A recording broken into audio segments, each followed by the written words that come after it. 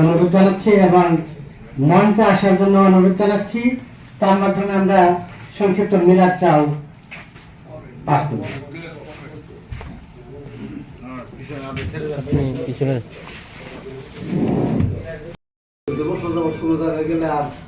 দোয়া ছাড়া কিছু করতেও পারি না, শোনা ছাড়া কিছু আমার ভাগ্যে জোটেও না।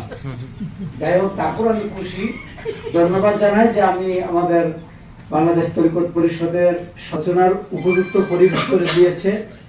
তা আমি আপনাদেরকে বলবো, আপনারা আমাদের সাথে ছিলেন, আছেন, থাকবেন এই কামনা করি। আমরা ইনশাআল্লাহ ওনার থেকে শিক্ষা গ্রহণ করেছি। পরবর্তী নেক্সট একটা প্রোগ্রাম আমরা কুমিল্লা, যেহেতু আমার বাড়ি কুমিল্লা জেলা, কুমিল্লাতেই আমরা কুমিল্লা শহরে করার একটা ইচ্ছা পোষণ করতেছি এবং এরকম পরিবেশই।